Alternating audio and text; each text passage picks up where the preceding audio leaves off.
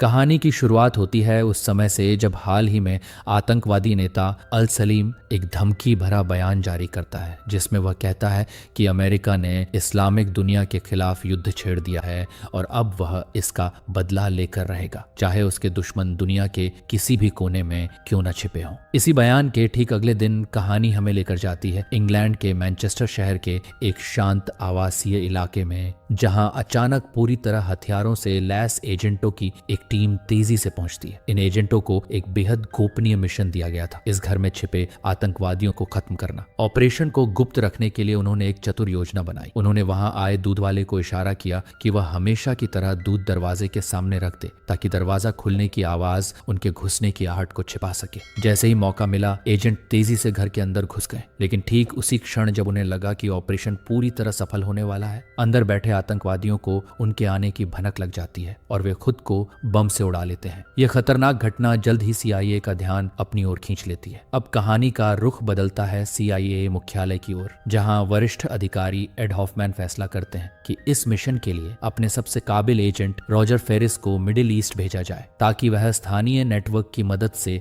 आतंकवादी नेता आयल सालिम तक पहुंचने का मौका तलाश सके। मिडिल ईस्ट पहुंचने के बाद रॉजर की मुलाकात बासम नाम के एक स्थानीय व्यक्ति से होती है जो इस मिशन में उसका सहयोगी बनने वाला था। कुछ ही समय बाद दोनों को निज़ार नाम का एक आदमी मिल जाता है जो पहले उसी आतंकी संगठन का हिस्सा था, लेकिन अब वहां से भाग चुका था। हालांकि उसने कुछ समय के लिए संगठन के लिए ईमानदारी से काम किया, लेकिन उसका दिमाग पूरी तरह ब्रेन वॉश नहीं हुआ था। एक दिन संगठन ने उससे मांग की कि वह एक आत्मघाती बम विस्फोट के लिए खुद को बलिदान कर दे। यह सुनकर निज़ार घबरा गया और उसने ऐसा करने से इनकार कर दिया। अपनी जान बचाने के लिए वह संगठन से भाग निकला और अंततः CIA से संपर्क करने की कोशिश की। अपनी सच्चाई साबित करने के लिए निज़ार ने रॉजर को यह जानकारी दी कि अल सलीम शायद बालाद इलाके में छिपा हो सकता है। साथ ही उसने रॉजर को एक CD भी सौंपी जिसमें अल सलीम का एक भाषण रिकॉर्ड था जो संगठन के सदस्यों का ब्रेन वॉश करने के लिए इस्तेमाल किया जाता था। वीडियो की सच्चाई की पुष्टि होने के बाद रॉजर ने अपना वादा निभाया और तुरंत अपने सुपीरियर एड हॉफमैन से संपर्क किया, उम्मीद करते हुए कि निज़ार को जल्द से जल्द अमेरिका भेज दिया जाएगा ताकि उसकी जान बच सके। लेकिन एड ने अपनी रणनीति के अनुसार इस प्रस्ताव को तुरंत ठुकरा दिया। उसके अनुसार अब निज़ार उतना उपयोगी नहीं रहा था और उसे अमेरिका ले जाना आतंकवादियों का ध्यान और ज्यादा आकर्षित कर सकता था। रॉजर इस फैसले से खुश नहीं था, लेकिन आदेश का पालन करना उसकी मजबूरी थी। इसलिए उसने निज़ार से बातचीत जारी रखी ताकि उससे अल सलीम के बारे में और जानकारी निकाली जा सके। हालांकि निज़ार को बेवकूफ बनाना आसान नहीं था। रॉजर के चेहरे पर आई एक हल्की सी अभिव्यक्ति देखकर ही उसे समझ आ गया कि उसे छोड़ दिया गया है। यह समझते ही वह गुस्से में रॉजर पर हमला करने की कोशिश करता है, जिससे रॉजर को मजबूरन अपनी बंदूक निकालनी पड़ती है ताकि वह खुद को बचा सके। अगले ही दिन जब निज़ार शहर में निकलता है तो अचानक आतंकी संगठन के लोग उस पर हमला कर देते हैं। देखते ही देखते निज़ार गंभीर रूप से घायल हो जाता है और आतंकवादी उसे अपने साथ ले जाने लगते हैं। यह देखकर रॉजर घबरा जाता है क्योंकि अगर निज़ार जिंदा रहा तो उसकी असली पहचान उजागर हो सकती थी। इसलिए वह छिपकर उसे एक और गोली मार देता है और फिर तेजी से वहां से पीछे हट जाता है ताकि खुद को मुसीबत से बचा सके। इसके तुरंत बाद रॉजर अपने टीममेट्स के साथ बैलेट की ओर निकल पड़ता है, उसी जगह की ओर जिसका जिक्र निज़र ने पहले किया था। कुछ देर बाद वे एक सुनसान रेगिस्तानी इलाके में पहुंचते हैं जहां उन्हें कुछ आतंकवादी CD जलाते हुए दिखाई देते हैं। ये देखकर साफ हो जाता है कि निज़ार द्वारा दी गई जानकारी सच थी। रॉजर अपने साथी से पीछे से कवर देने के लिए कहता है और खुद एक स्थानीय आदमी का भेष धारण कर लेता है। वह अपनी कार खराब होने का नाटक करता है और मदद मांगने के बहाने उन आतंकवादियों के करीब पहुंचने की कोशिश करता है, लेकिन इस बार किस्मत उसका साथ नहीं देती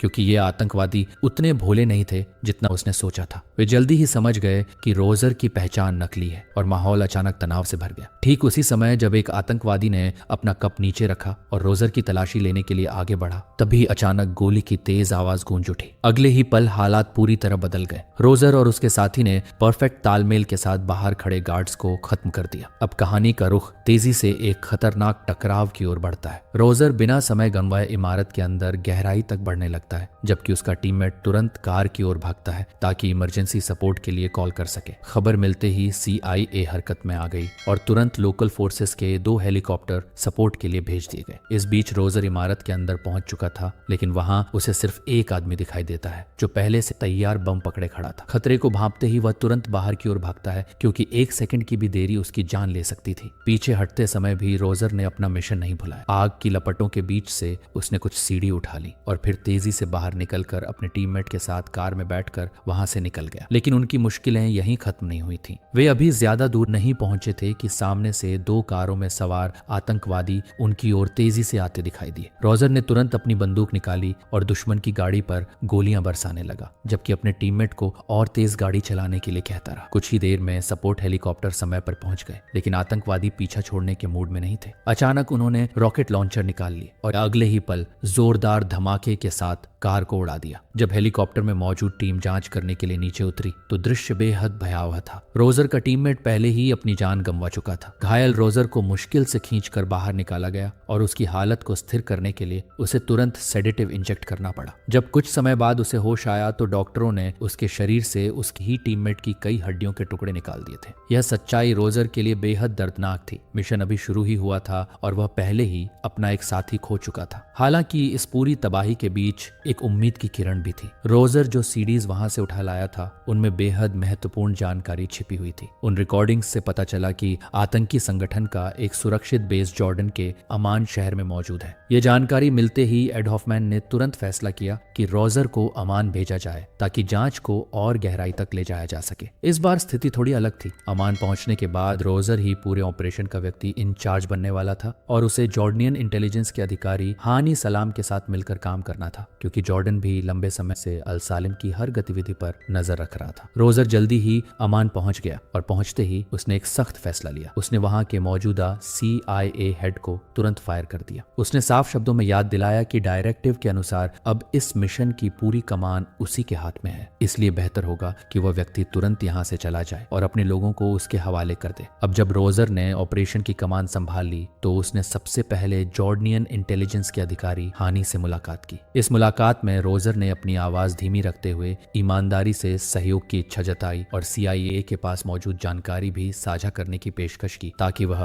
अपनी सद्भावना साबित कर सके। हनी ने यह देखकर संतोष जताया, लेकिन साथ ही एक सख्त चेतावनी भी दी। अगर CIA ने पीठ पीछे कोई चाल चली तो वह दोबारा कभी उन पर भरोसा नहीं करेगा। आखिरकार दोनों पक्षों के बीच सहयोग की सहमति बन गई। इसके बाद स्किप रोजर को एक सुरक्षित सेफ हाउस दिखाने ले गया। वहां पहुंचकर रोजर ने देखा कि कुछ जॉर्डनियन एजेंट पहले से ही अंदर मौजूद थे और गुप्त निगरानी कर रहे थे। यह देखकर उसे लगा कि शायद हनी ने उससे सच ही कहा था। लेकिन ठीक उसी समय एक CIA एजेंट जाकर एक संदिग्ध आतंकवादी के बगल में बैठ गया। स्किप ने समझाया कि वह उनका इन्फॉर्मर है, लेकिन रोजर को याद था कि उसने ऐसा कोई आदेश कभी नहीं दिया था। उसे तुरंत चिंता होने लगी कि इस तरह की जल्दबाजी से उनका शिकार सतर्क होकर भाग सकता है, और हुआ भी यही। अभी पूरा विश्लेषण खत्म भी नहीं हुआ था कि अचानक वह संदिग्ध आतंकवादी कुर्सी से उठकर तेजी से वहां से भाग निकला, जिससे पूरा ऑपरेशन एक बार फिर अनिश्चितता में पड़ गया। यह देखते ही रोजर ने अपनी पहचान की बिल्कुल भी परवाह नहीं की और तुरंत उस भागते हुए आतंकवादी के पीछे दौड़ पड़ा। अब कहानी का सीन तेज रफ्तार पीछा करने वाले पल में बदल जाता है। दोनों तंग गलियों और दीवारों के बीच एक दूसरे का पीछा करते हुए आखिरकार एक ऊंची दीवार तक पहुंचते हैं, जहां दोनों तेजी से चढ़ते हैं और दूसरी तरफ कूदते ही कचरे के ढेर में जा गिरते हैं। जब आतंकवादी एक कोने में फंस जाता है तो वह घबराकर रोजर को मारने के लिए चाकू निकाल लेता है, लेकिन एक प्रशिक्षित CIA एजेंट होने के कारण रोजर की फुर्ती उससे कहीं ज्यादा थी। वह बिजली की तेजी से चाकू छीन लेता है, उसे दीवार से सटाकर पिन कर देता है और आखिरकार उसे खत्म कर देता है। हालांकि यह जीत भी आसान नहीं थी, क्योंकि उसी दौरान वहां मौजूद 2 जंगली कुत्तों ने रोजर पर हमला कर दिया। उन्होंने उसे काट लिया, जिससे उसका पूरा शरीर चोटों से भर गया। मजबूरन उसे इलाज के लिए पास के एक क्लिनिक जाना पड़ा ताकि वह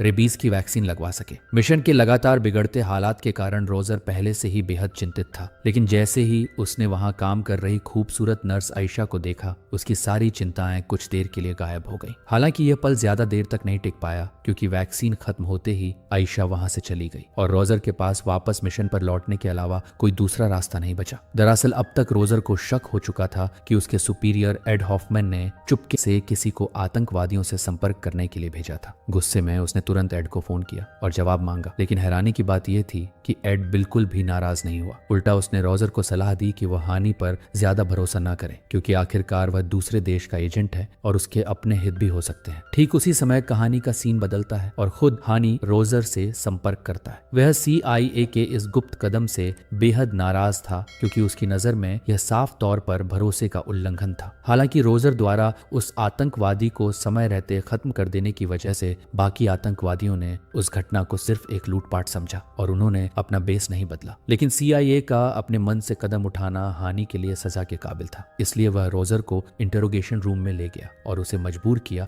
कि वह अपनी आंखों से देखे कि CIA के उसी एजेंट को यातना दी जा रही है, ताकि उसे साफ संदेश मिल सके कि यहाँ नियमों को तोड़ने की कीमत चुकानी पड़ती है। इसी बीच दुनिया के दूसरे कोने में एक और भयानक घटना घटती है। नीदरलैंड्स के एम्स्टर्डम शहर में एक और बड़ा आतंकी हमला होता है, जिसमें सैकड़ों निर्दोष लोगों की जान चली जाती है। इस हमले के पीछे भी वही मास्टरमाइंड था, अल सलीम। वह आराम से टीवी के सामने बैठकर इस तबाही का आनंद ले रहा था और साथ ही अपने अगले टारगेट की योजना बना रहा था। अगले दिन कहानी हमें फिर से रोजर और हानि की ओर ले जाती है। हानि रोजर से मिलता है और उसे शहर से दूर एक सुनसान रेगिस्तानी इलाके में ले जाता है। रास्ते में वह बताता है कि CIA द्वारा दिए गए दस्तावेजों में जिस आतंकवादी का जिक्र था उसका नाम कुरैमी है और उन्होंने उसे ढूंढ भी लिया है। इस समय कुरामी को उन्होंने उसी जगह बांध कर रखा हुआ था, लेकिन हानि का मकसद उसे मारना नहीं था, बल्कि उसे अपने पक्ष में भर्ती करना और फिर उसे अल सलीम के सबसे करीब प्लांट करना था, ताकि असली नेता तक पहुंचा जा सके। इस योजना को सफल बनाने के लिए हानि ने बिना झिझक एक बड़ा दांव खेला। उसने भारी रकम खर्च करके कुरामी की मां के लिए एक शानदार विला खरीद दिया। जब कुरामी ने फोन पर अपनी मां से इसकी पुष्टि कर ली तो उसने हानि की मदद करने का फैसला कर लिया। हानि को इस बात की ज्यादा चिंता नहीं थी कि कुरामी उन्हें धोखा देगा, क्योंकि वह अपनी मजबूर मां का आज्ञाकारी बेटा था। लेकिन रोजर को उम्मीद नहीं थी कि इससे पहले कि वह यह पूरी जानकारी अपने सुपीरियर एड को रिपोर्ट कर पाता, एड को पहले ही सब पता चल चुका था। कुछ ही समय बाद एड खुद अम्मान पहुंच गया। उसने रोजर को ढूंढा और फिर उसके साथ हानि से मिलने गया, जहां उसने सीधे मांग कर दी कि कुरामी को उसके हवाले कर दिया जाए। एड को न तो हानि के साथ बन रही दोस्ती की परवाह थी और न ही कुरामी की जिंदगी की। उसका मकसद सिर्फ इतना था कि कुरामी का इस्तेमाल करके जल्द से जल्द अल सलीम तक पहुंचा जाए। यहाँ तक कि उसने अमेरिका के नाम का हवाला देते हुए हानि को धमकी भी दे डाली। एड का यह घमंडी रवैया देखकर हानि बेहद असहज हो गया और उसने साफ शब्दों में मना कर दिया। यह सब देखकर रोजर का चेहरा भी सख्त हो गया, क्योंकि उसे विश्वास नहीं हो रहा था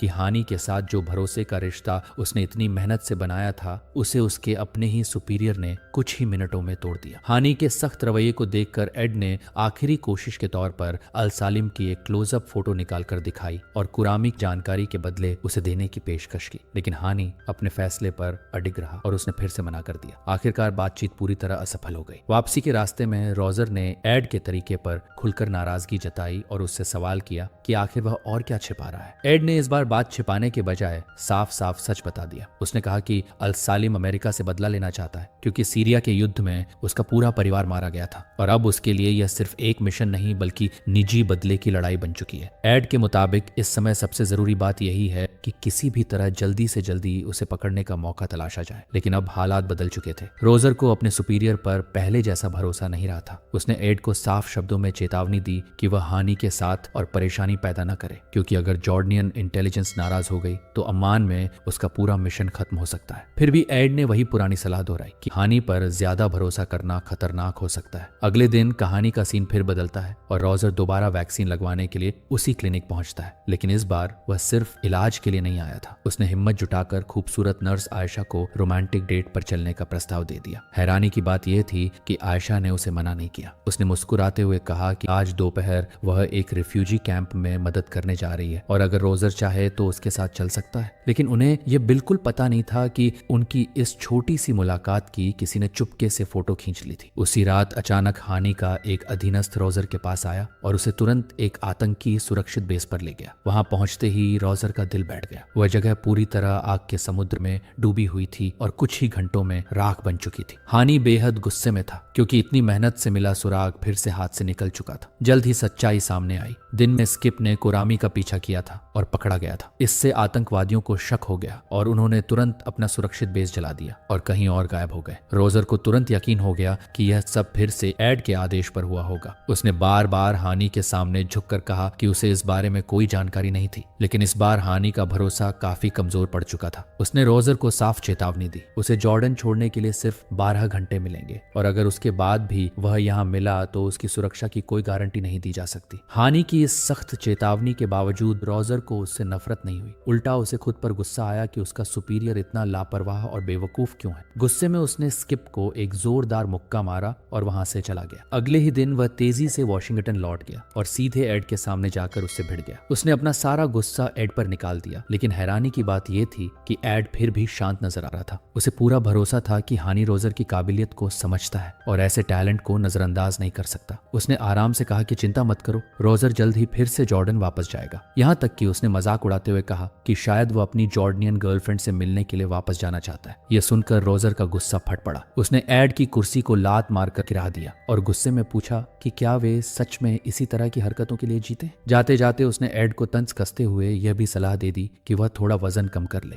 थोड़ी देर बाद एड ने गंभीर होकर कहा कि चाहे हानि के साथ सहयोग हो या न हो, उन्हें किसी भी हालत में अल सलीम के सर्कल में अपने आदमी को प्लांट करना ही होगा। यह सुनते ही रोजर के दिमाग में अचानक एक खतरनाक लेकिन चालाक प्लान आया। उसने कहा कि फिलहाल एक ही चीज है जो अल सलीम का ध्यान खींच सकती है, एक बड़ा आतंकी हमला। तो क्यों ना एक नकली हमला किया जाए। इससे अल सलीम को लगेगा कि जिसने हमला किया है वह भी अमेरिका का दुश्मन है और दुश्मन का दुश्मन दोस्त होता है। इस तरह वह खुद ही उस व्यक्ति से संपर्क करेगा जिसने यह हमला किया होगा। रोजर के इस आइडिया को सुनकर एड ने तुरंत सहमति दे दी। फिर एड के मार्गदर्शन में रोजर ने CIA के टेक्निकल एक्सपर्ट गारलैंड से संपर्क किया। गारलैंड ने जल्दी ही उसे एक ऐसा आदमी ढूंढ कर दिया जो इस नकली आतंकी हमले की योजना को असली जैसा बना सकता था। वह व्यक्ति था जॉर्डन का एक आर्किटेक्ट उमर, जो पैसों के लिए दुनिया भर में घूमता रहता था और जिसकी जीवन शैली और पहचान एक आतंकवादी की इमेज से बिल्कुल मेल खाती थी। अब कहानी का सीन बदलता है और रोजर सीधे दुबई पहुंचता है, जहां उसका मकसद था जॉर्डनियन आर्किटेक्ट उमर से संपर्क करना। रोजर ने बेहद चालाकी से खुद को एक बैंक कर्मचारी के रूप में पेश किया और उमर से कहा कि वह उसके साथ एक बिजनेस डील पर चर्चा करना चाहता है। उमर को इस मुलाकात में जरा भी शक नहीं हुआ। रोजर ने बातचीत को और भरोसेमंद बनाने के लिए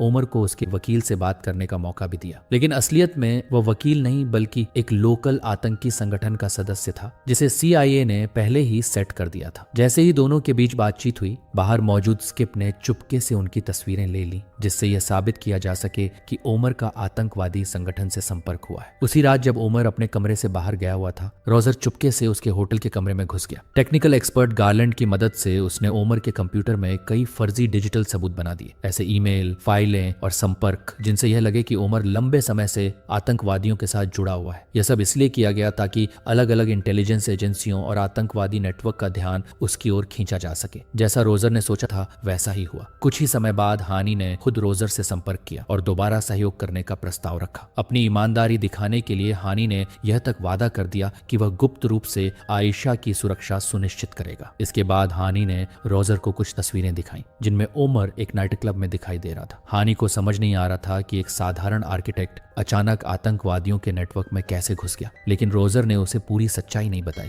क्योंकि एड की सलाह के अनुसार वह अभी भी हानि पर पूरी तरह भरोसा करने के लिए तैयार नहीं था। हानि से अलग होते ही रोजर ने तुरंत गारलैंड से संपर्क किया और कहा कि उमर के ईमेल अकाउंट से एक ऐसा मैसेज भेजा जाए जिसमें आतंकवादियों की तारीफ की गई हो। इसके साथ ही उसने उमर को बिजनेस मीटिंग के बहाने टर्की बुलाने की योजना बनाई। अब पूरा प्लान लगभग तैयार था। रोजर ने तुरंत तुर्की में मौजूद अमेरिकी मिलिट्री बेस से संपर्क किया और उनसे कहा कि कुछ शहीद अमेरिकी सैनिकों के शव अस्थायी रूप से उस बेस में रख दिए जाएं और फिर वहां से सभी लोगों को निकाल लिया जाए। जैसे ही सब खाली हुआ, एक सैनिक ने एक्टिवेशन बटन दबाया और अगले ही पल अमेरिकी मिलिट्री बेस में एक जोरदार विस्फोट हुआ जिसने पूरी धरती हिला दी। यह धमाका तुरंत अंतरराष्ट्रीय मीडिया में फैल गया और वही हुआ जिसकी रोजर को उम्मीद थी। इस घटना ने सीधे अल सलीम का ध्यान खींच लिया। सही समय देखकर रोजर ने तुरंत अगला कदम उठाया। उसने गारलैंड से कहा कि उमर के नाम से एक घोषणा जारी की जाए कि यह हमला सफलतापूर्वक अंजाम दिया गया है। जैसे ही यह खबर फैली, पूरे मिडिल ईस्ट में हड़कंप मच गया। खुद अल सालिम ने भी तुरंत उमर के बारे में जानकारी जुटानी शुरू कर दी और उससे मिलने का प्रस्ताव भेज दिया। वहीं दूसरी तरफ कई आतंकी संगठनों के सदस्य उमर को बधाई संदेश भेजने लगे और उसकी तारीफ करने लगे कि उसने इतना बड़ा कारनामा कर दिखाया। लेकिन उमर के लिए यह सब किसी डरावने सपने से कम नहीं था। उसे बिल्कुल समझ नहीं आ रहा था कि अचानक ये सब कैसे हो गया। जब उसने अमेरिकी मिलिट्री बेस में हुए विस्फोट की खबर देखी और अपने ईमेल पर आतंकवादियों के संदेश पढ़े तो वह पूरी तरह घबरा गया। डर के मारे वह हकलाने लगा और तुरंत वहां से भागने का फैसला कर लिया। अगले दिन रोजर ने सक्रिय रूप से उमर को ढूंढने की कोशिश की। उसे एहसास हो चुका था कि उसके इस प्लान ने एक निर्दोष इंसान को बेहद खतरनाक खेल में घसीट लिया है। वह किसी तरह उमर की रक्षा करना चाहता था, लेकिन उमर अब इतनी घबराहट में था कि उसे किसी पर भी भरोसा नहीं रहा। ठीक उसी समय अचानक आल सालिम का एक गुंडा वहां प्रकट हो गया। उसे देखकर उमर बुरी तरह डर गया और घबराकर अपनी कार में बैठकर तेजी से भागने लगा। रोजर ने उसका पीछा करने की कोशिश की, लेकिन वह अल सलीम के गुंडों को रोक नहीं पाया। उल्टा इस पूरी गड़बड़ी में स्किप एक बार फिर मुसीबत में फंस गया। आखिरकार उमर को पकड़कर अल सलीम के लोगों ने एक जर्जर खंडहर इमारत में ले जाकर कैद कर लिया। वहां उसके सामने एक वीडियो कैमरा रखा हुआ था, जबकि दूसरे कमरे में बैठा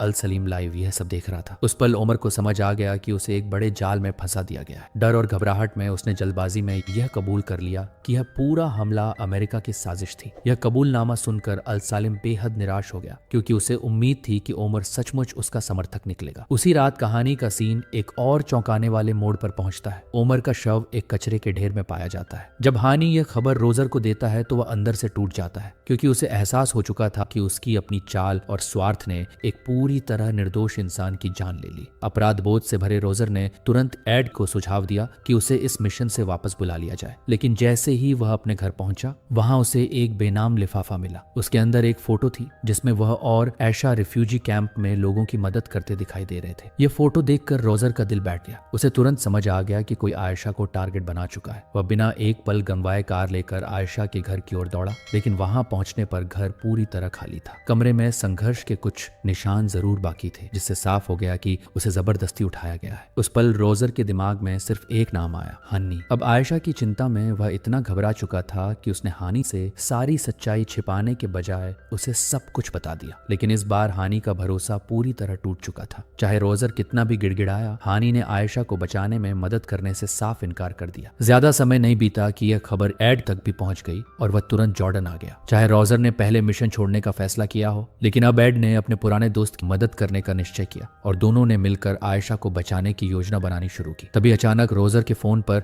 एक अजीब कॉल आई। दूसरी तरफ से एक ठंडी आवाज आई। अगर वह आयशा से दोबारा मिलना चाहता है तो उसे उनके बताए नियमों का पालन करना होगा। रोजर ने बिना हिचक उनके निर्देश माने और एक मिनी वैन में बैठकर खुद को एक सुनसान रेगिस्तान में ले जाने दिया। इस पूरे समय एड ड्रोन के जरिए रोजर को ट्रैक कर रहा था, ताकि जरूरत पड़ने पर तुरंत मदद भेज सके। कुछ ही देर बाद 4 एक जैसी कारें उस रेगिस्तान में आ पहुंची, लेकिन वे सीधे नहीं रुकी। वे रोजर के चारों ओर गोल गोल घूमने लगी और जल्द ही इतनी धूल उड़ा दी कि ड्रोन की नजर पूरी तरह बाधित हो गई। इसी मौके का फायदा उठाकर आतंकवादियों ने रोजर को एक कार में धकेल दिया और फिर चारों कारें अलग अलग दिशाओं में बंट गई। अब एड के लिए यह पता लगाना नामुमकिन था कि रोजर किस कार में है और मजबूर होकर उसे अपने दोस्त को खो देना पड़ा। दूसरी तरफ रोजर को आतंकवादियों के एक इंटरोगेशन रूम में ले जाया गया। यहाँ आखिरकार वह उस आदमी के सामने खड़ा था जिसे पकड़ने के लिए वह इतने समय से कोशिश कर रहा था। अल सालिम। उसे सामने देखकर रोजर समझ गया कि शायद इस बार मौत से बचना मुश्किल है। मरने से पहले वह सिर्फ एक चीज जानना चाहता था, आयशा कहाँ है। लेकिन अल सलीम ने उसके सवाल का जवाब नहीं दिया। उसने गर्व से कहा कि